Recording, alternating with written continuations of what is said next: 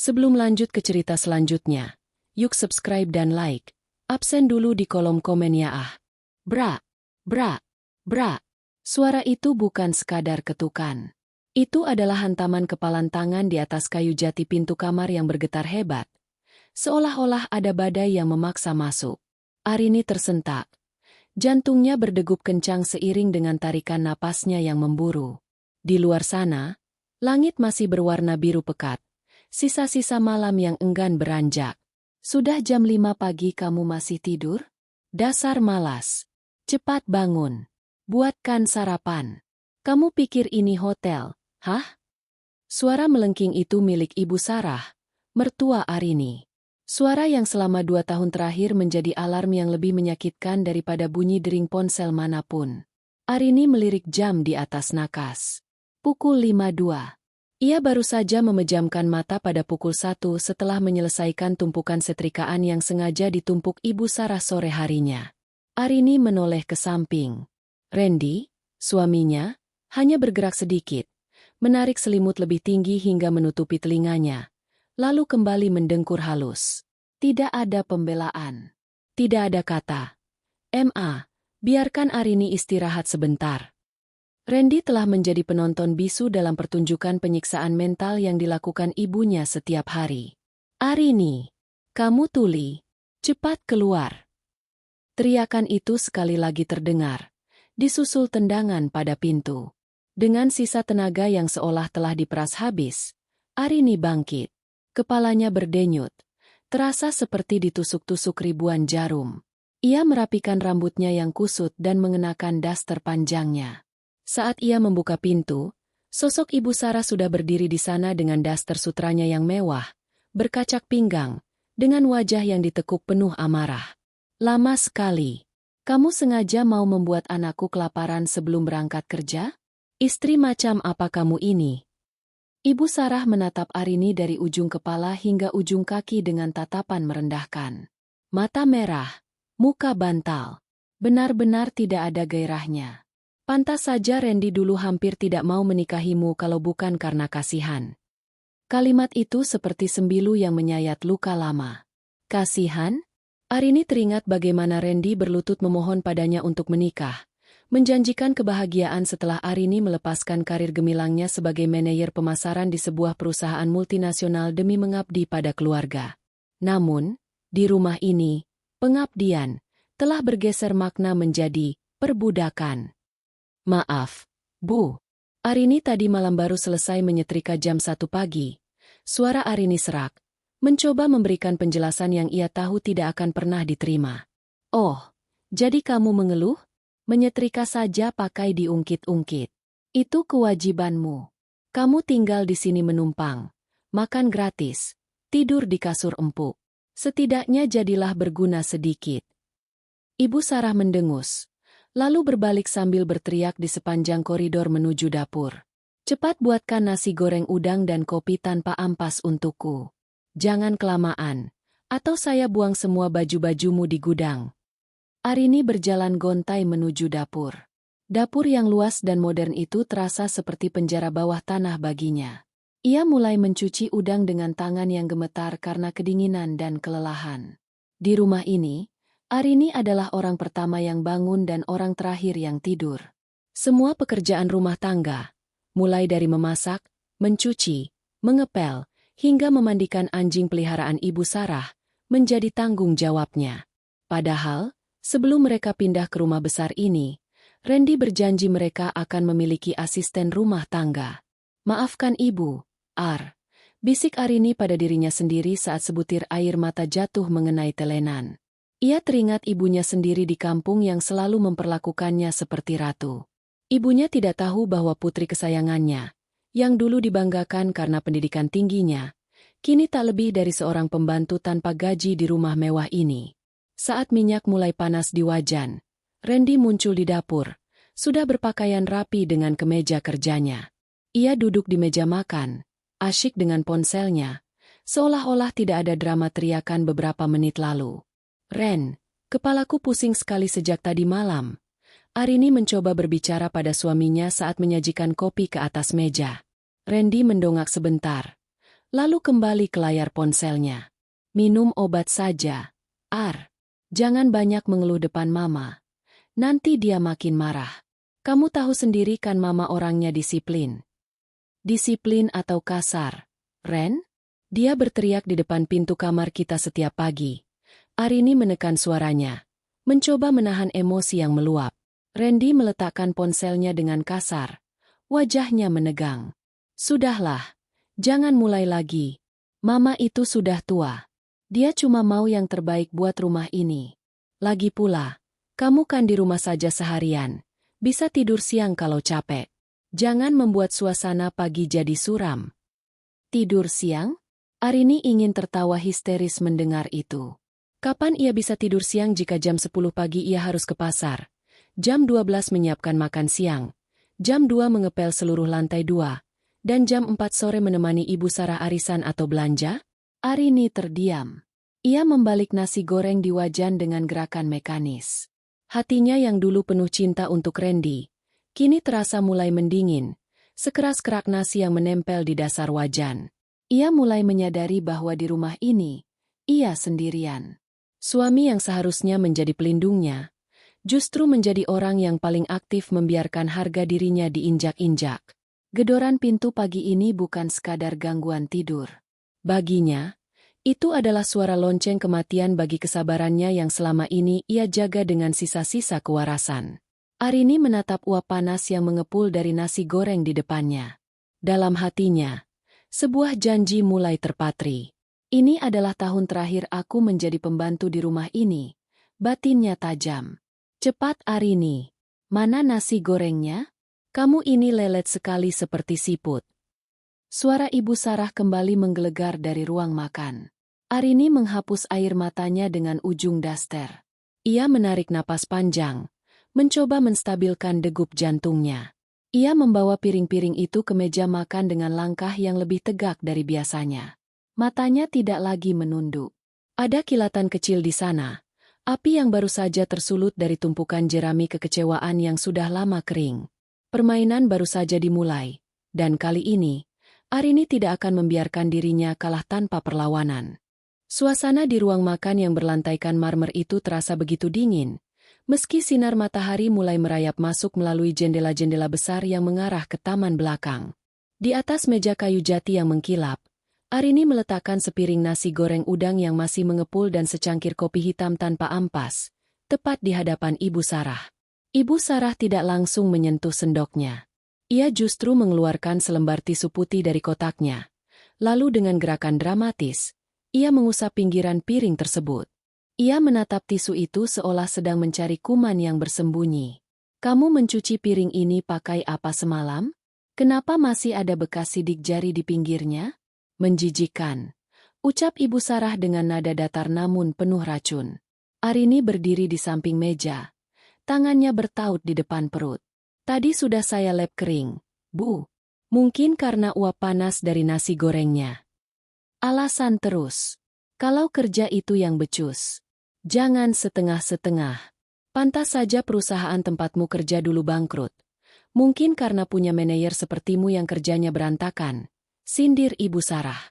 Arini menggigit bibir dalamnya. Perusahaanku tidak bangkrut, Bu. Aku yang memilih mundur karena Randy tidak mau aku lebih sukses darinya. Batin Arini.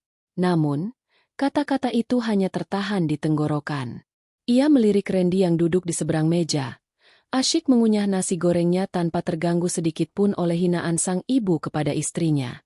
Ibu Sarah kemudian menyuap nasi goreng itu ke dalam mulutnya. Hanya butuh 3 detik sebelum wajahnya berubah masam. Ia segera meraih tisu dan memuntahkan kembali nasi itu di depan mata Arini. Asin sekali. Kamu mau membuat tekanan darahku naik? Hah? Atau kamu sengaja mau membunuhku pelan-pelan supaya kamu bisa menguasai rumah ini? Teriak Ibu Sarah hingga urat-urat di lehernya terlihat jelas. Tapi Bu, takarannya sama seperti biasanya. Prak! Ibu Sarah menggebrak meja hingga cangkir kopi berguncang. Berani kamu membantah? Saya ini sudah puluhan tahun mengurus dapur. Saya tahu rasa yang benar. Ini sampah. Buang. Randy akhirnya mendongak, namun bukan untuk membela Arini. Ar, Kalau Mama bilang asin, ya sudah, buatkan yang baru saja. Jangan membantah terus. Bikin suasana pagi jadi makin pusing tahu tidak? Aku ini mau berangkat kerja. Butuh ketenangan. Arini menatap Randy dengan pandangan tak percaya. Ren, aku masak ini dari jam 5 pagi. Aku sudah mencicipinya dan rasanya pas. Mama hanya apa? Hanya mencari kesalahanmu. Potong Ibu Sarah dengan tawa sinis. Memang dasarnya kamu yang tidak becus. Sudah. Sana. Ambilkan roti gandum saja. Dan ingat, panggangnya jangan sampai gosong sedikit pun. Kalau gosong, kamu sendiri yang harus makan sampah ini. Dengan tangan yang gemetar menahan amarah yang mulai mendidih, Arini membawa kembali piring nasi goreng itu ke dapur. Di depan wastafel, ia menatap nasi goreng yang ia buat dengan penuh kelelahan itu. Air mata kembali menggenang. Namun kali ini ia tidak membiarkannya jatuh. Ia mengambil sendok dan mencicipi bagian yang tidak terkena ludah mertuanya. Rasanya sempurna, gurih, manis, dan sedikit pedas sesuai selera keluarga ini. Ini bukan soal rasa makanan. Ini soal dominasi. Ini soal bagaimana Ibu Sarah ingin memastikan bahwa Arini tetap berada di bawah tumitnya, merasa kecil, dan merasa tidak berharga. Arini menyiapkan roti gandum dengan gerakan yang sangat hati-hati. Ia memperhatikan detikan jam dinding. Setiap detik terasa seperti beban yang menindih bahunya. Sambil menunggu pemanggang roti berbunyi, ia mendengar percakapan di ruang makan yang tidak seharusnya ia dengar. Ren, kamu harus mulai pikirkan untuk mencari istri yang lebih berkelas dari Arini. Lihat dia sekarang, kusam, tidak ada prestasinya sama sekali. Mama malu kalau bawa dia ke pertemuan yayasan. Teman-teman Mama menantu-menantunya semua wanita karir yang hebat. Suara Ibu Sarah terdengar jelas. "Ma, sudahlah. Randy malas bahas itu sekarang." Jawab Randy pendek. "Bukannya apa-apa. Ren. Uang bulanan yang kamu kasih ke dia itu harusnya bisa buat Mama beli tas baru atau perawatan. Kalau cuma buat kasih makan orang malas seperti dia, rugi kamu." Dada Arini terasa sesak. Uang bulanan? Uang bulanan yang diberikan Randy bahkan tidak cukup untuk menutupi biaya operasional dapur dan kebutuhan rumah tangga yang melonjak karena selera mewah Ibu Sarah. Seringkali Arini harus merogoh tabungan pribadinya, sisa-sisa kejayaannya dulu, hanya untuk memastikan ada daging di meja makan agar Ibu Sarah tidak mengamuk. Arini membawa piring roti ke depan. Ia meletakkannya tanpa suara. Lalu tanpa menunggu instruksi lagi, ia langsung mengambil sapu dan mulai membersihkan lantai di sekitar meja makan. Ia ingin menulikan telinganya. Arini, kalau nyapu itu jangan dekat-dekat kaki saya. Debunya terbang ke makanan. Bentak Ibu Sarah lagi. Arini berhenti. Ia menarik napas panjang, menatap lantai marmer yang sebenarnya sudah sangat bersih itu. "Lantai ini sudah saya pel 2 kali semalam, Bu. Tidak ada debu." "Kamu bilang saya bohong? Kamu bilang mata saya sudah lamur." Ibu Sarah berdiri, mendekati Arini dan merebut sapu dari tangannya. Dengan kasar, Ibu Sarah melemparkan sapu itu ke arah sudut ruangan. "Sana, cuci mobil Randy sekarang. Mobilnya kotor kena hujan semalam. Jangan sampai dia berangkat pakai mobil kusam begitu. Malu-maluin keluarga." "Tapi Bu, saya belum sarapan." "Sarapan? Orang malas tidak butuh sarapan pagi-pagi. Kerjakan dulu tugasmu baru makan. Itu pun kalau ada sisa." Randy bangkit dari kursinya, merapikan dasinya di depan cermin besar di ruang makan. "Aku berangkat ya. Ma. Tolong pastikan mobil bersih ya. Aku ada rapat penting pagi ini." Randy melenggang pergi setelah mencium tangan ibunya. Sama sekali tidak menoleh pada istrinya yang berdiri mematung memegang kain lap di sudut ruangan. Arini berjalan menuju garasi. Udara pagi yang segar sama sekali tidak mendinginkan hatinya yang panas. Sambil menyemprotkan air ke mobil mewah suaminya, mobil yang DP-nya diambil dari bonus tahunan Arini saat masih bekerja dulu, ia mulai berpikir jernih. "Mereka lupa siapa aku sebenarnya," gumamnya sambil menggosok kap mobil dengan bertenaga. "Mereka pikir aku hanya daster lusuh ini. Mereka lupa bahwa tanpa otakku, Randy tidak akan pernah naik jabatan. Mereka lupa tanpa uangku, rumah ini hanya akan jadi pondasi kosong. Di bawah guyuran air selang, Arini mengambil sebuah keputusan besar. Ia tidak akan lagi menjadi samsak tinju untuk ego mertuanya. Ia akan membiarkan Ibu Sarah menikmati kekuasaannya sedikit lebih lama, sebelum ia meruntuhkan panggung sandiwara ini sepenuhnya. Sambil memeras kain kanebo, mata Arini tertuju pada sebuah mobil yang melintas di depan pagar rumahnya. Mobil itu mengingatkannya pada dunia luar, dunia di mana ia dihormati dan didengarkan. Cukup 2 tahun aku dipenjara oleh rasa hormat yang salah arah, bisiknya. Mulai detik ini, setiap hinaan yang keluar dari mulut Ibu Sarah akan menjadi satu langkah bagiku menuju pintu keluar. Arini tersenyum tipis. Sebuah senyum yang tidak pernah terlihat di wajahnya selama 2 tahun terakhir. Senyum seorang pemburu yang sedang memasang perangkap bagi mangsanya yang terlalu sombong. Matahari mulai meninggi, menyebarkan panas yang menyengat ke area garasi. Namun Arini masih berkutat dengan mobil Randy. Setelah mobil itu mengkilap, ia tidak langsung masuk ke dalam rumah.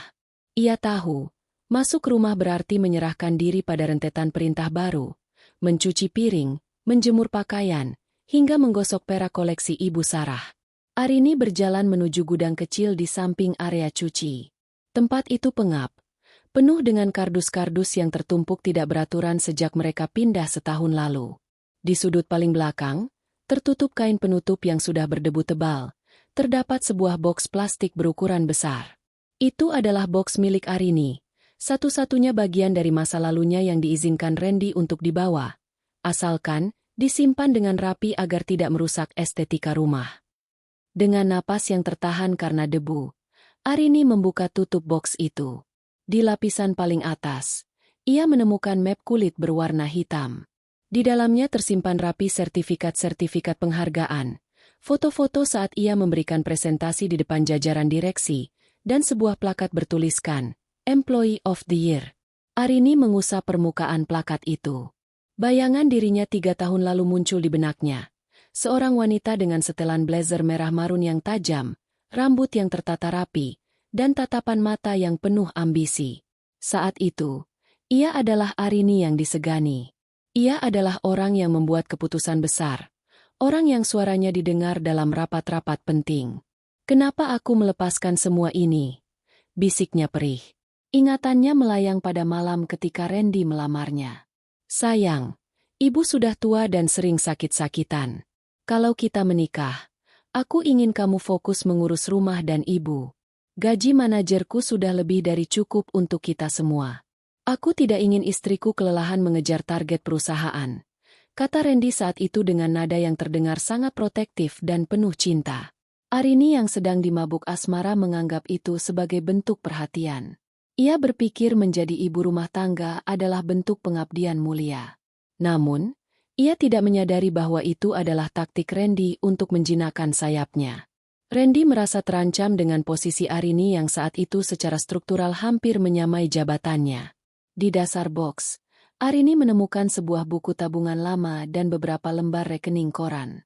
Ia membuka lembaran-lembaran itu. Matanya membelalak melihat catatan transaksi 3 tahun lalu. Ada transfer sebesar 300 juta rupiah ke rekening Randy. Uang muka rumah.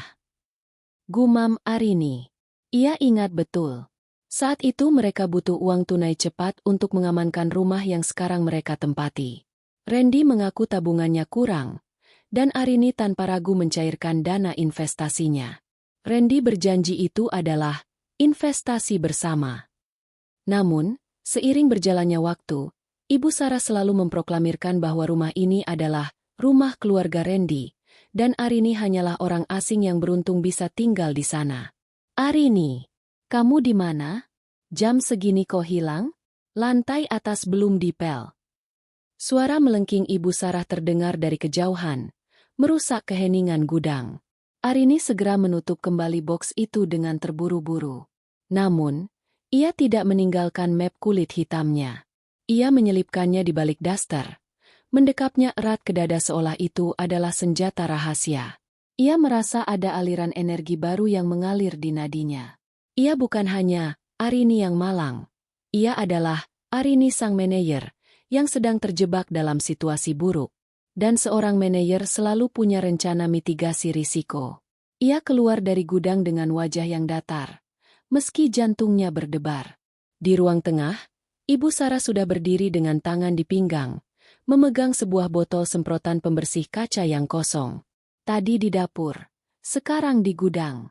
Kamu sedang cari tempat untuk tidur ya? Benar-benar tidak punya urat malu. Ini botol kosong. Cepat isi ulang dan bersihkan semua kaca jendela di lantai 2. Saya mau semuanya bening. Jangan ada bekas tangan.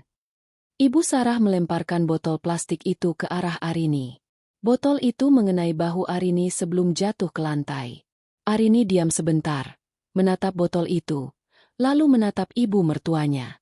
Ada sesuatu dalam tatapan Arini yang membuat Ibu Sarah sedikit tertegun. Sebuah ketenangan yang dingin. Bukan lagi ketakutan yang biasanya terlihat. Kenapa lihat-lihat? Mau melawan? Tantang Ibu Sarah. Tidak, Bu. Saya akan kerjakan. Jawab Arini pendek. Ia mengambil botol itu dan berjalan menuju lantai 2. Saat berada di lantai atas, Arini tidak langsung bekerja. Ia masuk ke kamar pribadinya, mengunci pintu diam-diam, dan mengeluarkan map hitam tadi. Ia membuka ponselnya, mencari sebuah nomor yang sudah lama tidak ia hubungi. Nama di layar ponsel itu adalah Maya, Headhunter. Selama 2 tahun, Arini sengaja memutus kontak dengan dunia kerja karena merasa malu dan ingin fokus pada perannya sebagai istri. Namun sekarang, rasa malu itu telah terbakar habis oleh penghinaan yang ia terima pagi ini. Halo, Maya? Ini Arini. Apa kabar? Arini mengirim pesan singkat melalui WhatsApp. Tidak butuh waktu lama. Ponselnya bergetar. Arini. Ya ampun. Kemana saja kamu? Kami semua kehilangan jejakmu. Apa kamu masih pensiun? Atau sudah siap kembali ke medan perang? Kebetulan sekali. Ada klienku yang sedang mencari konsultan senior untuk proyek restrukturisasi mereka. Mereka butuh orang dengan tangan besi seperti kamu. Tangan besi. Arini tersenyum getir. Tangan besi itu sekarang sedang memegang botol pembersih kaca dan lap kumal. Aku sedang mempertimbangkan untuk kembali. Mei. Tapi aku butuh privasi. Bisa kita bicara lebih lanjut lewat email saja. Balas Arini. Setelah mengirim pesan itu, Arini berdiri di depan cermin besar di kamarnya. Ia menanggalkan daster lusuhnya dan melihat bayangannya sendiri. Tubuhnya sedikit lebih kurus. Matanya terlihat lelah, namun api di dalamnya telah kembali menyala. Ia teringat kata-kata Ibu Sarah tadi pagi. Orang malas tidak butuh sarapan. Baiklah, Bu. Bisik Arini pada bayangannya di cermin. Kalau menurut Ibu saya ini pembantu, maka Ibu akan segera tahu berapa biaya yang harus Ibu bayar untuk mempekerjakan seorang manajer senior untuk mengurus hidup Ibu. Arini kembali mengenakan dasternya. Menyembunyikan map hitam itu di bawah tumpukan baju dalam di lemari yang paling dalam, tempat yang ia tahu tidak akan pernah disentuh oleh Ibu Sarah yang sombong. Ia keluar kamar dengan botol pembersih kaca di tangan, mulai menyemprot jendela dengan gerakan yang mantap. Setiap gosokan lap pada kaca seolah-olah sedang menghapus satu demi satu kesedihan yang menyelimuti hatinya selama ini. Ia mulai menghitung asetnya. Ia masih punya simpanan rahasia di bank digital yang tidak diketahui Randy. Ia punya otak yang masih tajam. Dan yang paling penting, ia sekarang punya motif yang sangat kuat, harga diri. Di bawah sana, ia mendengar Ibu Sarah sedang menelepon temannya, tertawa-tawa sambil membanggakan betapa patuhnya menantunya sekarang. Iya, Jeng. Memang harus dikerasi dulu. Kalau tidak, mereka besar kepala. Sekarang dia sudah seperti robot. Disuruh apa saja mau. Arini tersenyum dingin di balik kaca jendela lantai 2. Tertawalah selagi bisa, Bu, batinnya. Karena sebentar lagi, robot ini akan melakukan sesuatu yang tidak ada dalam program Anda. Sore itu, untuk pertama kalinya dalam 2 tahun, Arini tidak merasa lelah meski pekerjaannya menumpuk. Ia merasa bersemangat. Ia baru saja mendapatkan balasan email dari Maya yang berisi jadwal wawancara awal melalui panggilan video untuk lusa pagi. Tepat saat Ibu Sarah biasanya pergi ke sanggar senam dan Randy berada di kantor. Strategi telah disusun. Pion-pion mulai digerakkan. Dan Arini memastikan, kali ini dialah yang akan melakukan skakmat. 2 hari setelah Arini membongkar boks kenangannya, suasana rumah masih terasa seperti medan perang yang dingin. Ibu Sarah tetap dengan tabiatnya, menggedor pintu pada pukul 5 pagi, melemparkan hinaan tentang masakan Arini, dan memperlakukannya seolah-olah Arini adalah bagian dari furnitur rumah yang bisa digeser sesuka hati. Namun, ada yang berbeda dalam diri Arini. Ia menjalani semua perintah itu dengan ketenangan seorang algojo yang sedang menunggu waktu eksekusi. Pagi itu, keberuntungan memihak Arini. Ibu Sarah pergi lebih awal untuk menghadiri pembukaan butik milik salah satu teman sosialitanya. Sementara Randy sudah melesat ke kantor sejak pukul 7. Rumah besar itu sunyi. Arini segera menyelesaikan pekerjaan dapurnya dengan kecepatan yang tidak biasa. Lalu berlari ke kamar. Ia menanggalkan daster batiknya, menggantinya dengan kemeja putih tulang yang masih tersimpan rapi dan celana bahan berwarna hitam. Ia memulas wajahnya dengan make-up tipis, menutupi lingkaran hitam di bawah matanya. Saat ia menatap cermin, ia melihat kembali sosok Arini yang hilang, seorang profesional yang tangguh. Tepat pukul 10, ia membuka laptop lamanya. Panggilan video dari Maya dan calon kliennya dimulai. Arini, kamu terlihat luar biasa. Sapa Maya dari seberang layar. Perkenalkan, ini Pak Baskoro, Direktur Operasional dari PT Global Logistik. Selama 1 jam berikutnya, Arini tidak lagi berbicara tentang bumbu dapur atau noda di lantai marmer. Ia berbicara tentang optimasi rantai pasokan, efisiensi anggaran, dan strategi ekspansi pasar. Suaranya stabil, argumennya tajam, dan pemikirannya masih secepat dulu. Pak Baskoro tampak sangat terkesan. Saya tidak sangka wanita sehebat Anda bisa vakum selama 2 tahun, Bu Arini. Kami butuh orang seperti Anda untuk membenahi divisi kami yang sedang berantakan, ujar Pak Baskoro sebelum mengakhiri panggilan. Setelah layar laptop meredup, Arini menyandarkan punggungnya di kursi. Jantungnya berdebar kencang. Ia merasa hidup kembali. Namun, euforia itu tidak bertahan lama. Suara deru mobil di halaman mengejutkannya. Itu bukan mobil Ibu Sarah, melainkan sebuah taksi. Arini bergegas mengganti pakaiannya kembali ke daster dan menghapus riasannya dengan terburu-buru. Saat ia turun ke lantai bawah, ia melihat seorang wanita elegan berdiri di depan pintu yang terbuka. Wanita itu mengenakan kacamata hitam bermerek dan menenteng tas mewah. Permisi, ada orang di rumah? Suara wanita itu terdengar sangat familiar. Arini terpaku di anak tangga terakhir. Siska. Wanita itu melepas kacamata hitamnya. Matanya membelalak. Arini, ini beneran kamu. Siska adalah mantan asisten Arini di kantor lamanya. Orang yang dulu Arini bimbing hingga sukses. Siska kini tampak jauh lebih mapan. Ia datang untuk mengantarkan undangan pernikahan sekaligus mencari kabar tentang bos lamanya yang menghilang tanpa jejak. Astaga, kemana saja kamu? Kenapa penampilanmu begini? Siska menatap Arini dengan campuran rasa kasihan dan kaget. Ia melihat daster Arini yang sedikit pudar dan kain lap yang masih tersampir di bahu Arini, yang lupa ia lepaskan karena panik. Aku hanya sedang bersih-bersih. Yes. Mari masuk. Arini mencoba bersikap tenang, meski rasa malu sempat menyengat hatinya. Mereka duduk di ruang tamu. Arini menyuguhkan air putih, merasa rikuh karena biasanya ia yang memerintah di kantor. Kini ia melayani asistennya sendiri di rumah yang bahkan bukan atas namanya. Aku dengar dari Maya kamu mau comeback. Aku senang sekali. Dunia korporat butuh kamu.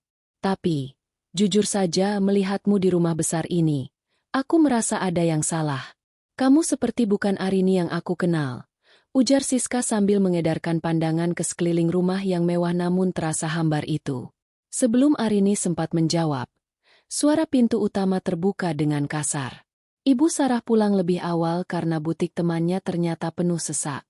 Ia masuk dengan wajah cemberut, namun langsung berubah menjadi penuh selidik saat melihat ada tamu di ruang tamu. Siapa ini? Arini? Kenapa kamu malah duduk-duduk? Air minumnya mana? Masa tamu cuma dikasih air putih? Tidak sopan, bentak Ibu Sarah, sama sekali tidak mempedulikan kehadiran Siska. Siska tertegun. Ia menatap Ibu Sarah, lalu menatap Arini dengan tatapan bertanya-tanya. "Ma, ini Siska, teman lama Arini." Arini mencoba memperkenalkan. Ibu Sarah mendengus. Ia berjalan mendekat dan berdiri di samping kursi Siska. "Oh, teman sesama penganggurannya? Pantas saja. Arini, cepat ke dapur. Buatkan jus jeruk segar untuk saya dan tamu ini. Dan jangan kelamaan." Setelah itu, sikat toilet di kamar tamu. "Saya lihat tadi ada noda kuning." Wajah Siska memerah mendengar ucapan Ibu Sarah. Sebagai orang yang dulu sangat menghormati Arini, ia merasa darahnya mendidih melihat Arini diperlakukan seperti itu. "Maaf, Ibu," potong Siska dengan suara tegas namun sopan. "Nama saya Siska. Saya manajer pemasaran di firma hukum internasional.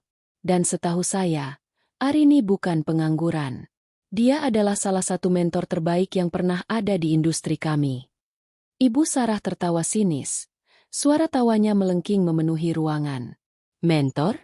Mentor apa? Mentor mencuci piring? Di rumah ini, dia tidak lebih dari seorang menantu yang menumpang hidup. Jangan tertipu dengan bualannya. Mbak, dia ini di sini tugasnya memang bersih-bersih." Siska bangkit berdiri, menatap Arini dengan mata berkaca-kaca. Kamu tidak pantas di sini. Kamu terlalu berharga untuk diperlakukan seperti ini." "Siska, tolong." Arini memberi kode agar Siska tidak memperpanjang masalah. Ia belum siap untuk konfrontasi terbuka sekarang. "Saya permisi dulu, Bu," ujar Siska pada Ibu Sarah dengan nada dingin. Sebelum pergi, ia memeluk Arini erat dan membisikkan sesuatu di telinganya. "Maya bilang Pak Baskoro sangat menyukaimu. Ambil tawaran itu. Jangan biarkan orang-orang picik ini menghancurkanmu. Aku tunggu kamu di atas." Setelah Siska pergi, Ibu Sarah langsung berbalik pada Arini. Wajahnya merah padam karena merasa ditantang oleh tamu tadi. "Kamu ya? Berani-beraninya bawa teman yang tidak tahu tata krama ke sini. Berani dia mengajari saya." Ibu Sarah mendorong bahu Arini. "Dengar ya, mau temanmu bilang kamu manajer atau apapun. Di rumah ini kamu adalah pelayan. Mengerti?" Arini tidak menunduk kali ini. Ia menatap mata mertuanya dengan tajam. "Saya mengerti, Bu. Sangat mengerti." "Bagus. Sekarang ke dapur. Dan ingat, besok ada acara arisan besar di sini. Saya mau rumah ini mengkilap. Kamu harus masak untuk 20 orang. Jangan coba-coba pesan catering. Saya mau kamu yang masak semua supaya saya bisa pamer kalau punya menantu yang rajin." Ibu Sarah melenggang naik ke lantai 2 sambil mengomel. Arini berdiri diam di tengah ruang tamu yang sunyi. Kata-kata Siska masih terngiang di telinganya. "Aku tunggu kamu di atas." Arini mengambil ponselnya yang tergeletak di meja. Ada sebuah email masuk. Itu dari Pak Baskoro. Sebuah draft kontrak kerja dengan gaji yang jumlahnya 3 kali lipat dari uang bulanan yang diberikan Randy selama ini.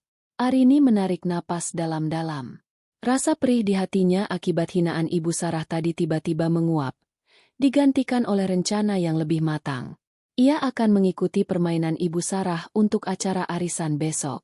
Ia akan menjadi menantu rajin untuk terakhir kalinya. "Besok akan jadi panggung terakhir Anda, Bu Sarah," batin Arini sambil tersenyum tipis. "Nikmatilah, karena setelah ini, Anda harus belajar cara menyikat toilet sendiri." Pagi itu, rumah besar keluarga Randy tampak seperti pasar yang sibuk. Arini sudah bangun sejak pukul 3.30 pagi. Tanpa perlu gedoran pintu dari Ibu Sarah, ia sudah berada di dapur, bergulat dengan karung beras, potongan daging, dan gunungan sayuran. Ibu Sarah menginginkan menu lengkap. Rendang daging, ayam goreng lengkuas, sambal goreng ati, dan berbagai macam kue tradisional. Semua harus dikerjakan secara manual oleh Arini. Jangan pakai blender untuk bumbunya. Rasanya beda. Ulek semua pakai cobek. Teriak Ibu Sarah sambil melintas di dapur dengan masker wajah yang masih menempel, bersiap untuk ritual kecantikannya sebelum para tamu arisan datang. Tangan Arini sudah mulai melepuh karena panasnya cabai dan gesekan ulekan batu. Namun ia terus bekerja. Di kepalanya, ia tidak lagi menghitung jumlah tamu, melainkan menghitung mundur waktu menuju kebebasannya. Kontrak dari Pak Baskoro sudah ia tanda tangani secara digital semalam. Mulai minggu depan, ia resmi kembali bekerja. Pukul 11 siang, para tamu mulai berdatangan. Wanita-wanita dengan perhiasan mencolok dan tas bermerek memenuhi ruang tamu. Aroma parfum mahal bercampur aduk, menciptakan atmosfer yang menyesakkan bagi Arini. Arini, cepat sajikan tehnya. Ingat, Jeng Linda suka teh melati tanpa gula. Jeng Marta suka yang manis sekali, dan saya mau kopi. Perintah Ibu Sarah dari tengah kerumunan. Arini keluar dari dapur dengan nampan besar. Ia mengenakan celemek yang sudah terkena noda kunyit di beberapa bagian. Rambutnya diikat asal-asalan. Wajahnya kusam karena uap panas masakan. Ia tampak sangat kontras dengan para tamu yang tampil bak sosialita papan atas. Loh, Sarah, ini siapa? Asisten baru ya? Kok tidak pakai seragam? Tanya Jeng Linda, seorang wanita dengan rambut sasak tinggi, sambil menunjuk Arini dengan kipasnya. Ibu Sarah tertawa kecil. Suara tawanya terdengar sangat merendahkan. Oh, ini menantu saya, Arini. Memang penampilannya begitu. Agak deso. Dia lebih suka di dapur daripada berdandan. Tapi lumayanlah. Daripada bayar pembantu mahal-mahal tapi kerjanya tidak bersih, mending pakai tenaga yang ada, kan? Beberapa tamu tertawa menanggapi. Lelucon, Ibu Sarah. Arini hanya diam, memberikan cangkir-cangkir teh itu satu persatu dengan tangan yang sedikit gemetar. Saat ia memberikan teh kepada Jeng Marta, cangkir itu sedikit berdenting karena tangan Arini yang kelelahan. Aduh, hati-hati dong. Kalau tumpah ke tas Hermisku, kamu mau ganti pakai apa? Memang ya, orang kalau dasarnya tidak punya kelas, disuruh melayani saja tidak bisa. Bentak Jeng Marta sambil menarik tasnya dengan kasar. Maaf, Jeng, gumam Arini. Arini, kamu ini memerlukan saya saja. Ibu Sarah berdiri dan menghampiri Arini. Di depan semua temannya, ia menyambar nampan dari tangan Arini hingga sisa-sisa sendok di atasnya berjatuhan. Sana masuk. Bereskan dapur. Jangan keluar lagi sebelum saya panggil untuk menyajikan makan siang. Benar-benar beban hidup. Arini berbalik menuju dapur. Di ambang pintu, ia sempat menoleh dan melihat Ibu Sarah sedang membanggakan rumahnya. Iya, rumah ini memang luas. Perawatannya mahal. Beruntung Randy punya gaji besar, jadi bisa membiayai semuanya. Termasuk memberi tempat berteduh untuk orang-orang yang tidak punya apa-apa. Ucap Ibu Sarah sambil melirik sinis ke arah dapur. Di dalam dapur, Arini menarik napas panjang. Ia melepas celemeknya dan duduk sejenak di kursi kecil dekat tempat cuci piring. Ia mengambil ponselnya yang ia sembunyikan di dalam lemari bumbu. Ada sebuah notifikasi pesan dari bank. Sebuah pengingat otomatis tentang cicilan rumah yang didebit dari rekening bersama yang selama ini diisi oleh sisa tabungan Arini. Arini tersenyum pahit. Memberi tempat berteduh untuk orang yang tidak punya apa-apa. Batinnya. Ibu bahkan tidak sadar bahwa atap yang ibu banggakan ini tegak karena uangku. Saat itulah, sebuah ide muncul. Ibu Sarah sangat suka pamer, bukan? Maka Arini akan memberikan sesuatu yang pantas untuk dipamerkan. Saat jam makan siang tiba, Arini menyajikan semua masakan di meja prasmanan. Ibu Sarah terus mengoceh, mengkritik tata letak piring yang dianggapnya kurang estetis. Namun, fokus Arini teralihkan ketika ia mendengar Ibu Sarah mulai membicarakan tentang rencana renovasi taman belakang. Iya, nanti saya mau bangun paviliun kecil di belakang. Biayanya sekitar 100 juta. Randy bilang dia sudah siapkan uangnya. Pamer Ibu Sarah. Arini tahu itu bohong. Randy sedang kesulitan keuangan karena gaya hidup ibunya yang boros. Randy baru saja meminjam uang lagi pada Arini minggu lalu dengan alasan keperluan kantor, yang ternyata justru digunakan untuk membeli kalung berlian baru bagi Ibu Sarah. Arini berjalan menuju ruang makan dengan membawa teko air tambahan. Ia sengaja berdiri cukup dekat saat Jeng Linda bertanya. Hebat ya Randy. Tapi Sarah, dengar-dengar Arini dulu manajer sukses ya? Kok sekarang mau jadi ibu rumah tangga total begini? Ibu Sarah mendengus. Manajer apa? Paling cuma sebutan saja. Mungkin dia dipecat karena kinerjanya buruk. Lalu mendekati Randy supaya ada yang menghidupi. Kamu tahu sendiri kan, perempuan kalau sudah tidak laku di dunia kerja, senjatanya ya cari suami mapan. Hinaan itu adalah batas terakhir. Crack! Sesuatu dalam diri Arini benar-benar pecah. Namun, ia tidak berteriak. Ia justru mendekat ke meja makan dengan senyum yang sangat manis. Senyum yang membuat Ibu Sarah tiba-tiba merasa tidak enak hati. Bu, maaf memotong pembicaraannya. Ujar Arini dengan suara yang cukup keras hingga semua tamu terdiam. Saya baru ingat. Ada dokumen penting di ruang kerja Randy yang tadi diminta dikirim segera. Dokumen tentang kepemilikan aset rumah dan laporan utang piutang. Apa ibu mau saya tunjukkan pada Jeng Linda dan yang lain? Siapa tahu mereka bisa memberi saran tentang renovasi paviliun 100 juta itu. Wajah Ibu Sarah mendadak pucat pasi. Ia tahu betul bahwa urusan keuangan Randy sebenarnya berantakan. Dan ia tidak tahu sejauh mana Arini memegang bukti-bukti tersebut. Arini, apa-apaan kamu? Masuk kedai persekarang. Bentak Ibu Sarah dan gan nada panik yang tercita marah. Loh, kenapa buru-buru, Bu? Tadi kan Ibu bilang saya ini beban hidup yang cuma bisa menumpang makan gratis. Saya hanya ingin menunjukkan bahwa beban hidup ini ternyata punya catatan yang sangat menarik tentang siapa sebenarnya yang membayar tagihan listrik, air, dan cicilan rumah mewah ini selama setahun terakhir. Arini tetap tenang, matanya menatap lurus ke arah mertuanya. Para tamu mulai berbisik-bisik. Suasana arisan yang tadinya penuh tawa berubah menjadi sangat canggung.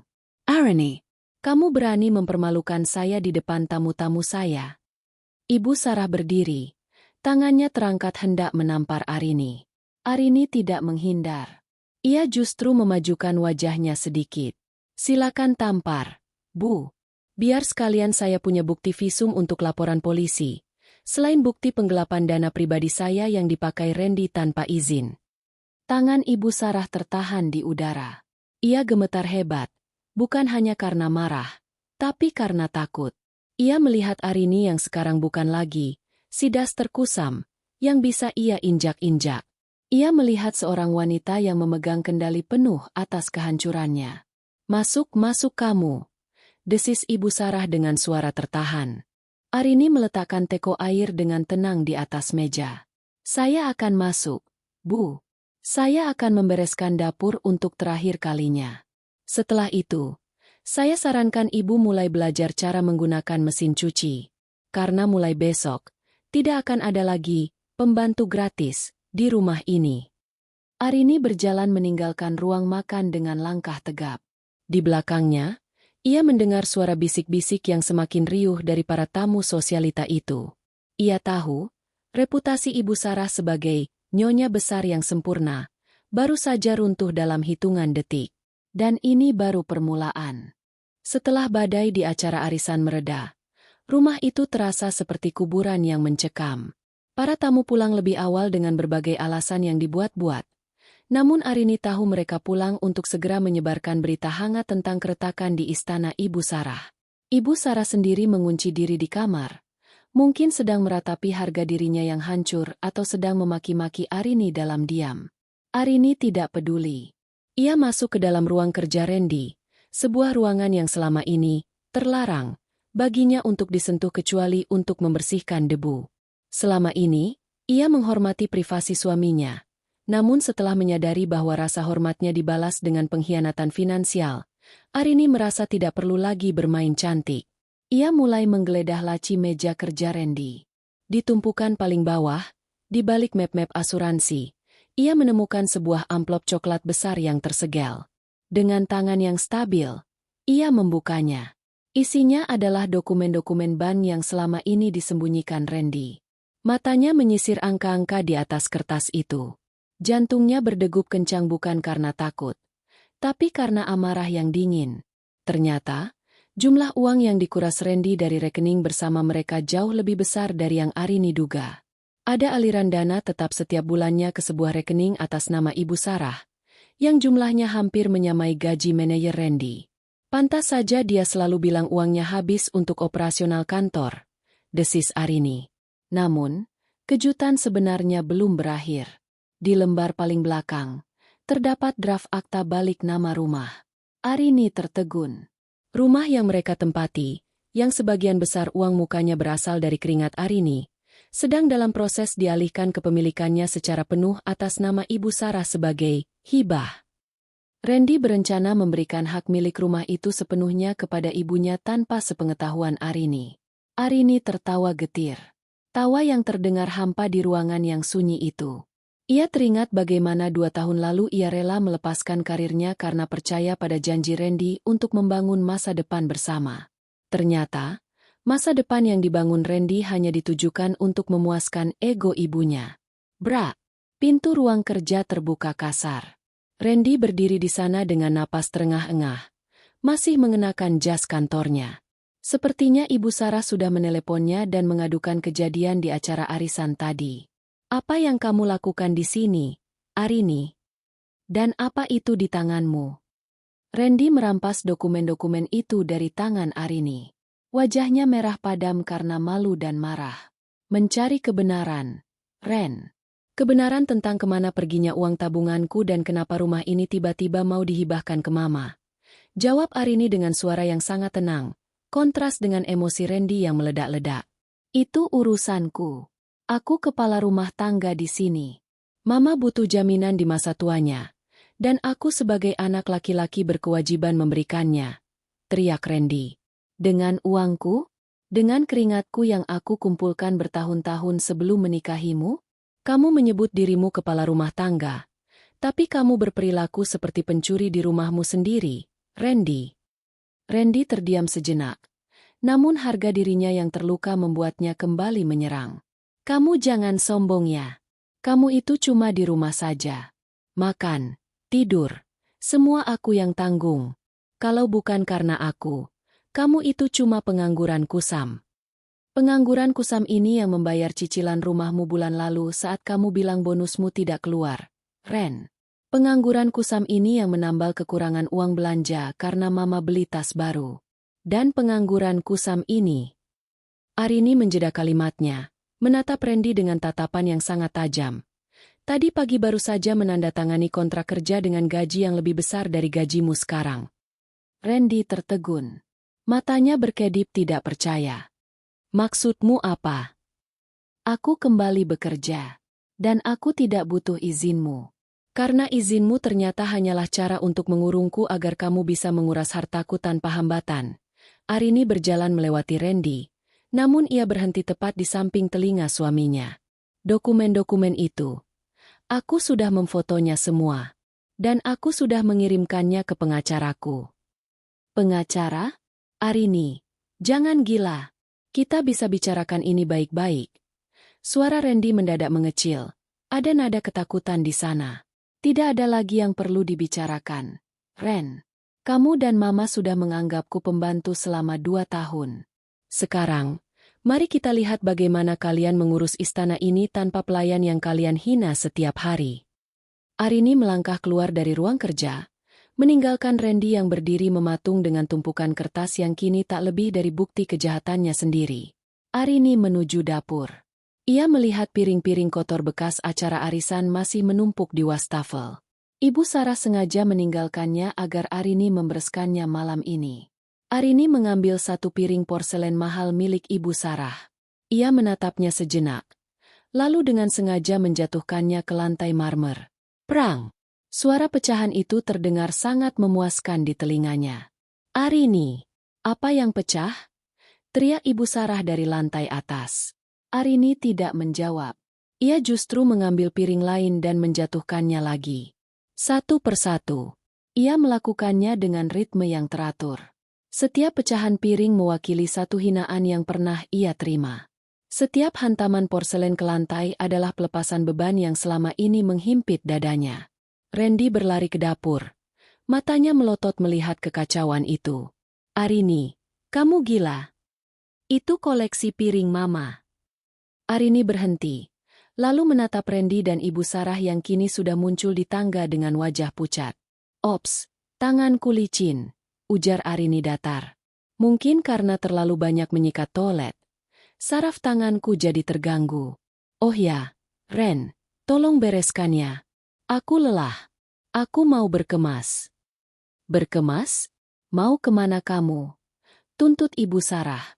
Ke tempat di mana aku dihargai sebagai manusia, bukan sebagai inventaris rumah tangga. Arini berjalan menuju kamarnya tanpa menoleh lagi. Di dalam kamar, Arini mulai memasukkan barang-barangnya ke dalam koper. Ia tidak membawa banyak. Hanya pakaian-pakaian yang penting dan semua dokumen pribadinya. Ia sudah menyewa sebuah apartemen kecil dekat kantor barunya. Malam itu, di bawah temaram lampu kamar, Arini menyadari satu hal. Keangkuhan Ibu Sarah dan kelemahan Randy adalah penjara yang ia masuki secara sukarela 2 tahun lalu karena cinta yang buta. Namun hari ini, ia telah menemukan kuncinya. Kunci itu bukan ada pada permintaan maaf mereka, melainkan pada kemandiriannya sendiri. Ia mengambil map hitam dari bawah tumpukan bajunya. Senyumnya mengembang. Pertarungan yang sebenarnya baru saja dimulai, dan ia sudah memenangkan ronde pertama. Keesokan paginya, tubuh Arini akhirnya menyerah.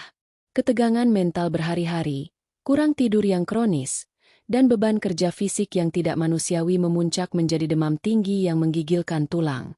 Kepalanya terasa seberat batu. Dan setiap kali ia mencoba menggerakkan lehernya, rasa sakit seperti sengatan listrik menjalar ke seluruh punggungnya. Arini tetap bergeming di bawah selimut saat jam menunjukkan pukul 5 pagi. Ia mendengar langkah kaki berat di koridor, disusul gedoran pintu yang kini terdengar lebih mirip hantaman palu hakim di telinganya. Arini, bangun! Jangan pura-pura mati. Suara Ibu Sarah menggelegar. Gara-gara kamu piring-piring saya pecah semalam. Sekarang kamu harus cuci semua taplak meja dan gorden ruang tamu manual. Saya tidak mau pakai mesin. Nanti seratnya rusak. Arini tidak menjawab. Ia bahkan tidak punya kekuatan untuk membuka suara. Tenggorokannya terasa seperti terbakar. Pintu kamar terbuka kasar. Randy lupa menguncinya semalam. Ibu Sarah masuk dengan wajah berapi-api. Disusul Randy yang tampak kuyu. Lihat ini, Ren. Istrimu mulai main drama. Jam segini masih meringkuk di kasur. Ibu Sarah menyambar ujung selimut Arini dan menariknya dengan kasar. Arini meringkuk, menggigil hebat. Wajahnya yang biasanya pucat kini kemerahan karena demam. Bu! Arini sakit. Kepala Arini pusing sekali. Bisiknya parau. Ibu Sarah mendengus. Tangannya menyentuh dahi Arini sekilas lalu menariknya kembali seolah menyentuh barang najis. Cuma hangat sedikit saja manja. Dulu zaman ibu hamil kamu tahu tidak? Ibu tetap memanjat pohon untuk ambil mangga. Kamu ini cuma demam kecil sudah seperti mau sekarat. Cepat bangun. Itu tumpukan kain sudah menunggu di belakang. Randy berdiri di ambang pintu, menatap istrinya dengan ragu. Ma. Kelihatannya Arini beneran sakit. Wajahnya merah begitu. Halah, Randy, kamu jangan mau dibohongi. Ini taktik dia supaya tidak kerja setelah kejadian semalam. Kamu mau pakai baju kotor ke kantor? Kamu mau makan apa kalau dia malas-malasan? Ibu Sarah berbalik menatap Randy dengan tajam, menekan mental anaknya. Ingat, Ren, ibu yang membesarkanmu. Jangan sampai kamu lebih membela wanita ini daripada ibu yang sudah bertaruh nyawa buat kamu. Randy menghela napas panjang. Sebuah tanda kekalahan yang sudah sangat akrab bagi Arini. Ia mendekat ke tepi ranjang, namun tidak untuk memeluk atau menenangkan Arini. Tolonglah. Kerjakan saja sedikit-sedikit. Mama sedang emosi soal piring semalam. Kalau kamu kerja, nanti suasana jadi tenang lagi. Aku juga tidak mau telat ke kantor karena tidak ada sarapan. Ujar Randy tanpa sedikit pun rasa iba. Arini menatap suaminya dengan mata yang sayu namun penuh dengan kekecewaan yang mendalam. Kamu benar-benar tidak punya hati, Ren? Randy memalingkan wajah. Jangan egois. Semua orang juga capek. Ibu Sarah menarik tangan Arini, memaksanya duduk. Ayo, bangun. Kalau dalam 10 menit kamu tidak ada di ruang cuci, saya siram kamu pakai air es. Dengan sisa-sisa tenaga yang entah datang dari mana, Arini bangkit. Ia berjalan merambat pada dinding, menuju kamar mandi hanya untuk membasuh wajahnya agar kesadarannya tidak hilang. Di dalam hatinya, rasa sakit fisik itu perlahan-lahan kalah oleh rasa dingin yang membeku. Rasa cinta yang tersisa untuk Randy benar-benar mati hari itu, tepat di depan cermin kamar mandi yang buram. Ia berjalan ke area cuci di belakang rumah.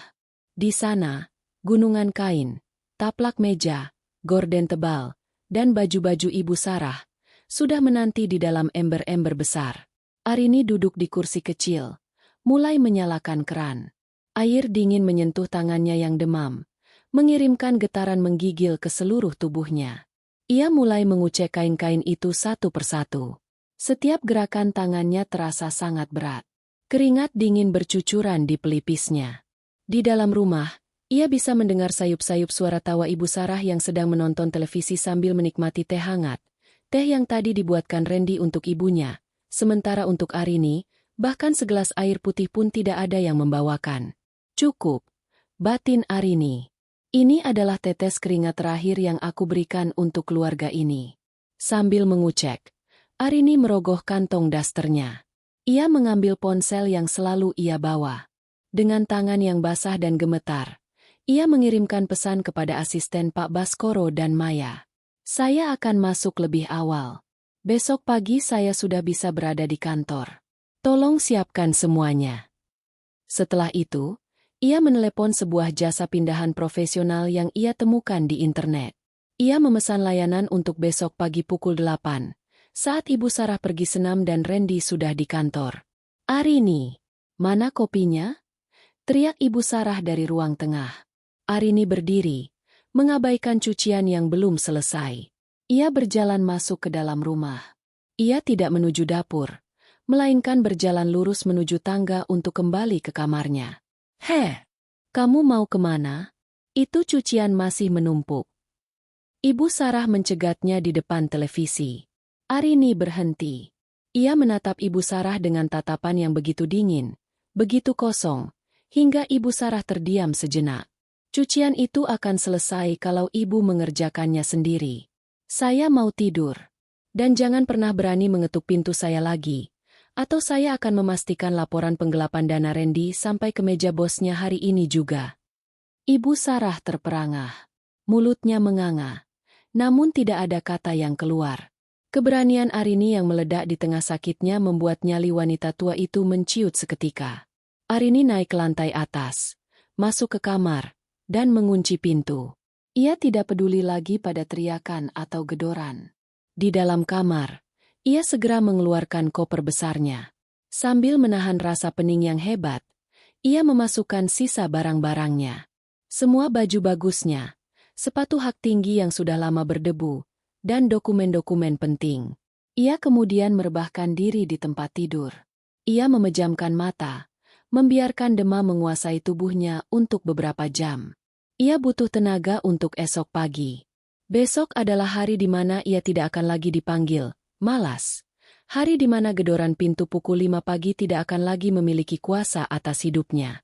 Malam itu, Randy pulang dan mencoba mengetuk pintu kamar. Namun Arini mengabaikannya. Ia mendengar Randy bertengkar dengan ibunya di bawah karena tidak ada makan malam dan rumah berantakan.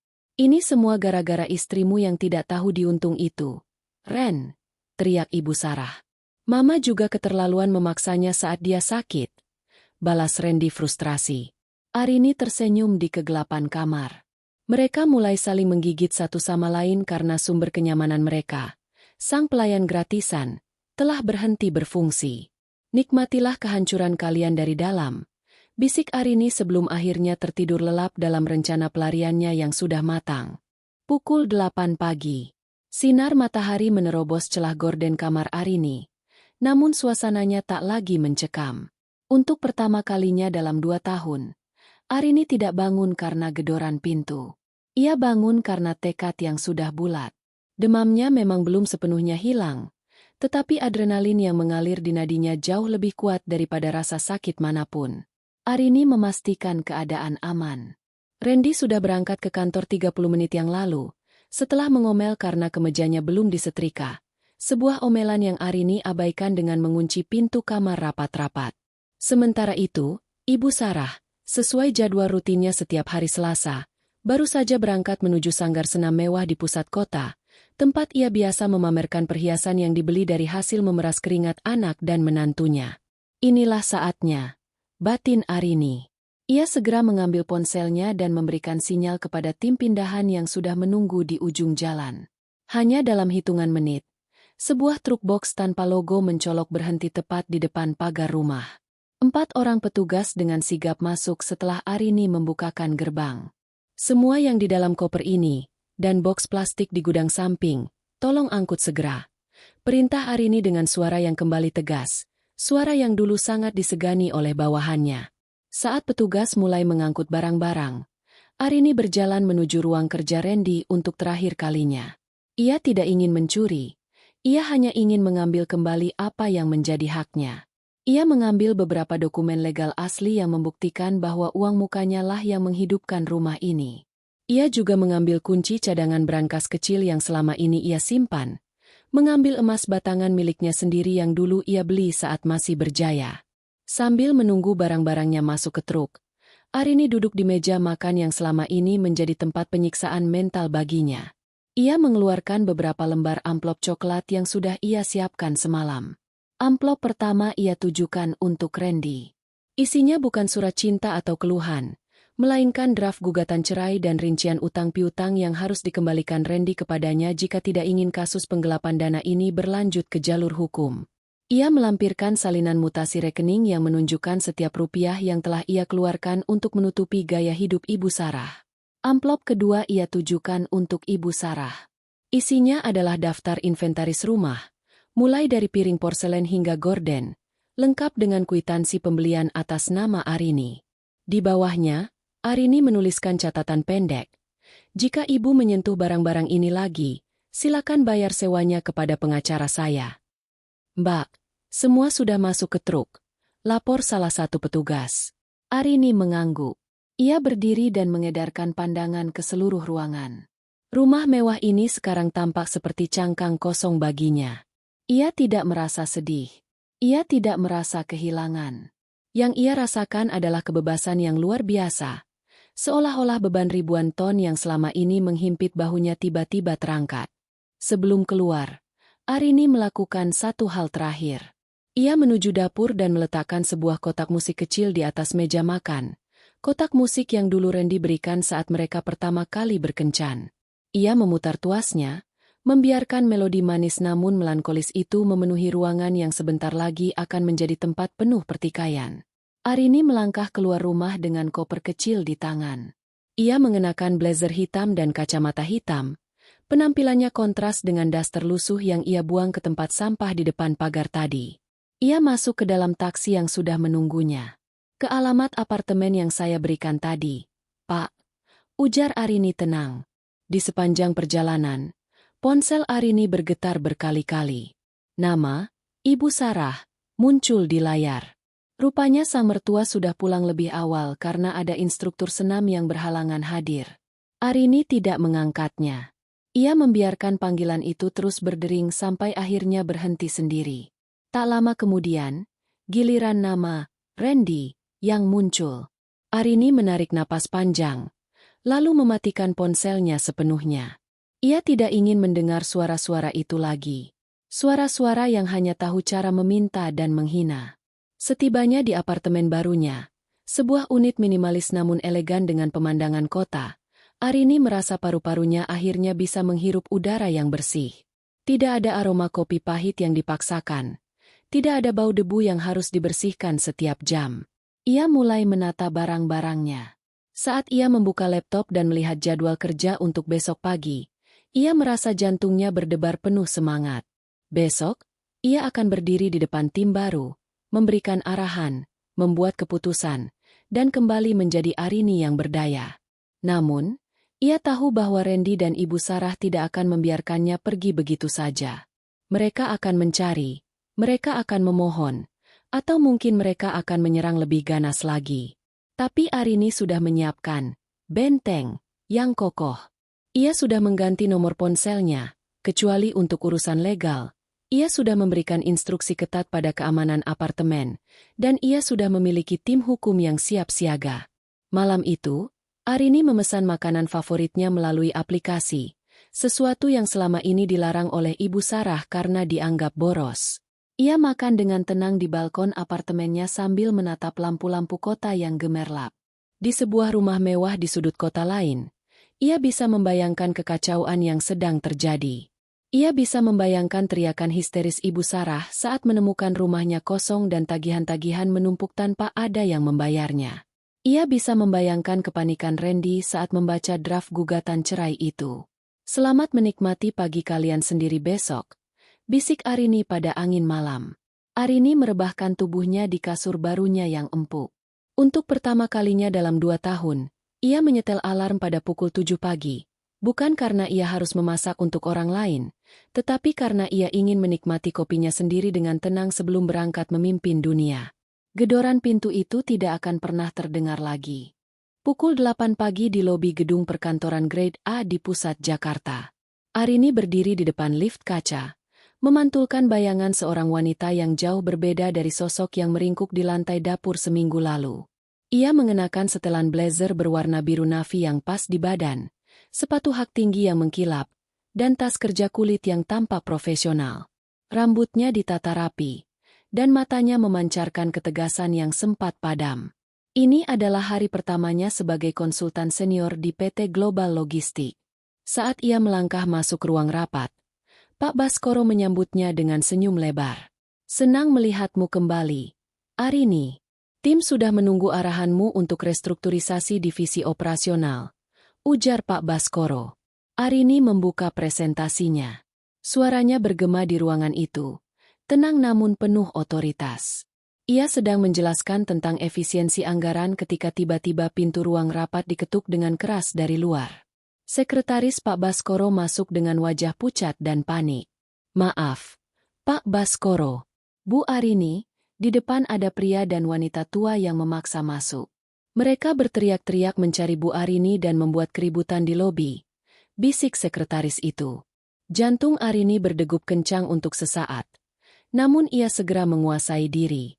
Ia tahu hari ini akan datang. Randy dan ibunya pasti tidak akan membiarkan sumber kenyamanan mereka pergi begitu saja tanpa perlawanan. Bawa mereka ke ruang tunggu VIP di lantai ini. Jangan biarkan mereka masuk ke area staf, perintah Arini pada sekretaris itu. Ia menoleh pada Pak Baskoro. "Mohon maaf, Pak. Ini urusan pribadi yang harus saya selesaikan sekarang agar tidak mengganggu kinerja ke depannya." Pak Baskoro mengangguk mengerti. "Selesaikan, Arini. Jika butuh keamanan tambahan, katakan saja." Arini berjalan menuju ruang tunggu. Dari balik pintu kaca, ia sudah bisa mendengar suara melengking Ibu Sarah yang sedang memarahi resepsionis. "Kalian tidak tahu siapa saya? Saya mertuanya. Dia itu menantu saya. Berani-beraninya dia lari dari rumah dan mencuri barang-barang kami," teriak Ibu Sarah. Randy berdiri di sampingnya, tampak berantakan. Kemejanya tidak disetrika, sebuah pemandangan yang aneh bagi pria yang biasanya selalu rapi karena jasa Arini. Saat Arini masuk, Ibu Sarah langsung menerjang maju, tangannya menunjuk-nunjuk tepat di depan wajah Arini. "Oh alah, jadi ini kerjamu? Berdandan seperti wanita nakal dan mengabaikan mertuamu yang kelaparan di rumah?" bentak Ibu Sarah. "Cepat pulang. Rumah itu berantakan, cucian menumpuk, dan Randy tidak bisa menemukan kunci brankas. Kamu pikir kamu siapa? Hah?" Arini melipat tangannya di dada, menatap mertuanya dengan tatapan datar yang membekukan. "Saya pikir saya adalah manusia yang punya harga diri, Bu. Sesuatu yang tidak pernah Ibu hargai." "Arini, tolonglah," Randy menyela. Suaranya terdengar memelas namun tetap egois. "Mama sampai jatuh sakit karena stres tidak ada yang mengurus rumah. Kamu tidak kasihan? Pulanglah. Kita bicarakan soal gugatan gila itu. Aku akan memaafkanmu karena sudah kabur. Asal kamu kembali sekarang." Memaafkanku. Arini tertawa kecil. Tawa yang membuat Randy tersentak. Kamu mau memaafkanku karena aku berhenti menjadi pelayan gratisan kalian? Kamu mau memaafkanku karena aku menuntut kembali uangku yang kamu curi? Itu bukan mencuri, Ar. Itu uang keluarga. Seru Randy. Uang keluarga yang dipakai untuk menghibahkan rumah atas nama ibumu tanpa izinku. Arini mengeluarkan sebuah map dari tasnya dan meletakkannya di atas meja. Ini adalah somasi resmi. Jika dalam 24 jam kalian tidak menghentikan proses balik nama rumah itu dan mengembalikan dana yang kalian pakai, saya akan melaporkan kalian atas pasal penggelapan dan penipuan. Ibu Sarah ternganga. Kamu berani mengancam kami? Dasar menantu durhaka. Saya akan ceritakan pada semua orang betapa jahatnya kamu. Silakan, Bu. Jawab Arini tenang. Tapi jangan lupa ceritakan juga bagaimana ibu menyuruh menantu ibu mencuci gorden manual saat sedang demam tinggi. Atau bagaimana ibu menghina saya di depan teman-teman sosialita ibu. Saya punya rekaman suara dari beberapa kejadian di rumah itu. Saya rasa teman-teman ibu akan sangat tertarik mendengarnya. Ibu Sarah mendadak bungkam. Wajahnya berubah dari merah padam menjadi pucat pasi. Ia tidak menyangka Arini yang penurut, diam-diam mengumpulkan bukti. Arini, jangan begini. Aku suamimu. Randy mencoba memegang tangan Arini. Namun Arini menarik tangannya dengan jijik. Kamu adalah suamiku yang membiarkan ibunya menginjak-injak istrinya demi kenyamananmu sendiri. Kamu bukan suami, Randy. Kamu hanya anak kecil yang butuh pengasuh. Dan tugas pengasuhanku sudah selesai. Arini menekan tombol intercom di dinding. Keamanan. Tolong antar tamu ini keluar dari gedung. Mereka sudah selesai. Dua petugas keamanan bertubuh besar masuk ke ruangan. Ibu Sarah mulai meronta. Namun nyalinya ciut melihat seragam petugas. Randy hanya bisa berdiri mematung. Menatap Arini seolah-olah melihat orang asing. Jangan pernah datang ke sini lagi. Jangan pernah hubungi saya lagi kecuali melalui pengacara. Ujar Arini dingin. Dan satu lagi, Bu Sarah, gedoran pintu pukul 5 pagi itu? Mulai besok, silakan ibu lakukan itu pada pintu kamar Randy. Biar dia yang memasakkan sarapan untuk ibu. Saat mereka digiring keluar, suara teriakan Ibu Sarah perlahan menghilang di lorong. Arini menarik napas panjang, mengeluarkan seluruh udara kotor yang selama ini menyesakkan dadanya. Ia kembali ke ruang rapat dengan langkah yang lebih ringan. Malam itu, saat ia kembali ke apartemennya yang sunyi namun damai, Arini menyadari sesuatu. Gedoran itu memang yang terakhir. Bukan karena pintu kamarnya tidak digedor lagi, tapi karena ia tidak lagi membiarkan orang lain memegang kendali atas ketenangannya. Ia duduk di balkon, menyesap teh hangatnya sendiri. Ponselnya berdenting. Sebuah pesan dari pengacaranya. Proses balik nama rumah berhasil diblokir. Randy setuju untuk mediasi pengembalian dana. Arini tersenyum. Fajar baru baginya bukan lagi tentang jam 5 pagi yang penuh amarah, tapi tentang cahaya yang ia ciptakan sendiri. 6 bulan telah berlalu sejak Arini melangkah keluar dari rumah mewah yang terasa seperti penjara itu. Pagi ini, jam di dinding apartemennya menunjukkan pukul 6. Tidak ada gedoran pintu yang kasar. Tidak ada teriakan melengking yang menghina harga dirinya. Arini terbangun karena cahaya matahari yang lembut masuk melalui jendela besar, menyentuh kulitnya yang kini tampak jauh lebih segar dan bercahaya.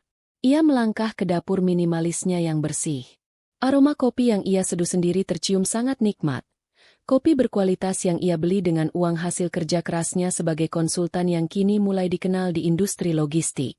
Sambil menyesap kopinya, ia membuka tablet untuk meninjau laporan akhir proyek restrukturisasi yang baru saja ia selesaikan. Pak Baskoro sangat puas, bahkan memberinya bonus yang lebih dari cukup untuk melunasi sisa pembayaran apartemennya. Di meja makan, terdapat sebuah surat resmi dari pengadilan. Putusan cerai telah keluar sebulan yang lalu. Arini kini resmi menyandang status janda, namun bagi dirinya, status itu adalah simbol kemerdekaan. Ia berhasil memenangkan hak atas sebagian besar aset tunai yang dulu dikuasai Randy, termasuk pengembalian dana investasi rumah yang sempat ingin dihibahkan secara sepihak kepada Ibu Sarah. Sementara itu, kehidupan di Istana Marmer milik keluarga Randy berubah menjadi mimpi buruk yang nyata. Tanpa Arini yang mengelola segalanya, rumah itu kini tampak kusam.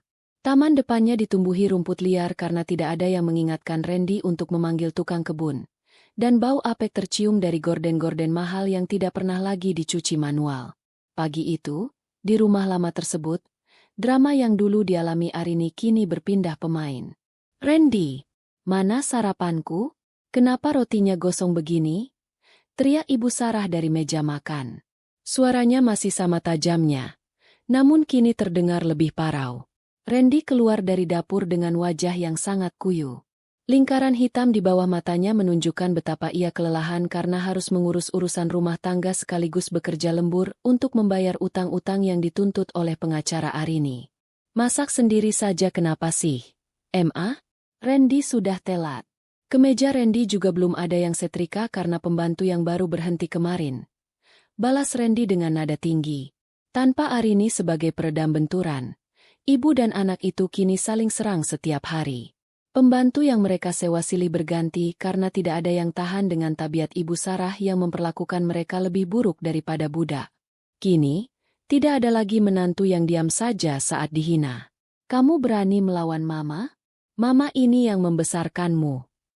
Ibu Sarah mulai meratap. Namun taktik itu tidak lagi mempan bagi Randy yang sudah diambang frustrasi. "Sudahlah, Ma. Kalau bukan karena gaya hidup Mama yang mewah dan mulut Mama yang kasar, Arini tidak akan pergi. Sekarang lihat, tabunganku habis untuk membayar pengacaranya, dan rumah ini terancam disita kalau kita tidak bisa bayar sisa cicilannya." Di tempat lain, Arini tidak lagi peduli pada kekacauan itu. Sore harinya, ia menghadiri sebuah acara penghargaan bisnis di mana ia dinominasikan sebagai Innovative Consultant of the Year.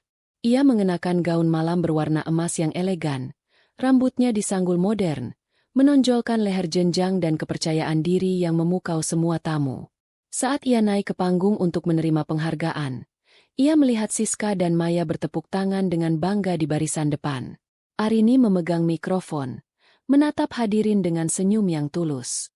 "Keberhasilan bukan hanya tentang angka di atas kertas," ujar Arini dalam pidatonya, "tapi tentang keberanian untuk bangun dan pergi dari situasi yang merendahkan martabat kita.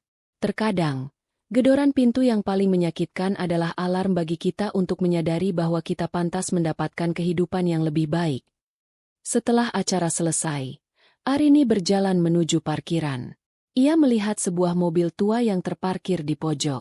Randy berdiri di sana, menunggunya. Penampilan Randy sangat kontras dengan kerumunan orang sukses di gedung itu. Ia tampak jauh lebih tua dari usianya. "Arini, selamat atas penghargaanmu," ujar Randy lirih saat Arini mendekat.